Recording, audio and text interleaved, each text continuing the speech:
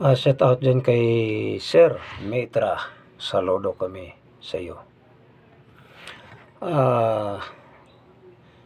Shout out sa inyong lahat, no?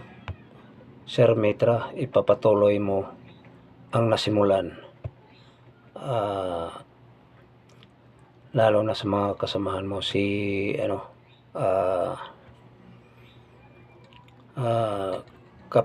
Captain Dado. Saludo kami sa iyo, no? Papatuloy natin to.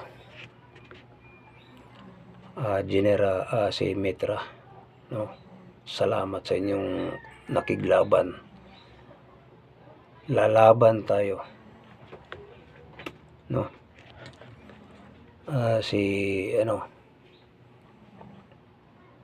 Sino pa? Si Mitra, Sir Mitra, si Captain Dado. Ipapatuloy niyong nasimulan. Nandito kami sa likod. Tayo ang magpapalabas sa mga tao dyan sa Malacanang. Sampalin natin isa-isa, diba?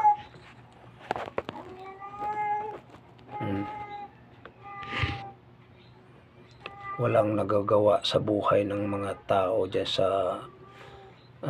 sa gobyerno, no? Mangnanakaw, no? Alam naman natin ang buhis natin, no? Basta dito na tao sa bansa natin, nagbigay na tayo ng buhis isa-isa, no?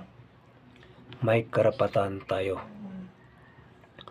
nga maghanap kung nasana ang pera natin, no?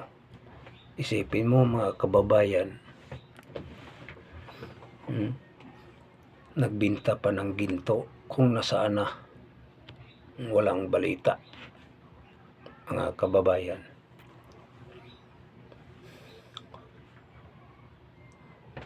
Sir Mitra, patuloy lang tayo sa ating nasimulan. Nandyan kami sa likod sa iyo. Ako ay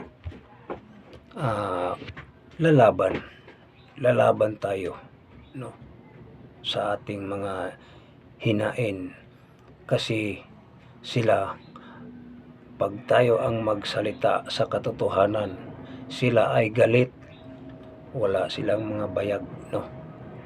Galit sila kung tayo magsalita sa katotohanan, no? Hindi pwede sila ipananaig nila ang kasinungalingan.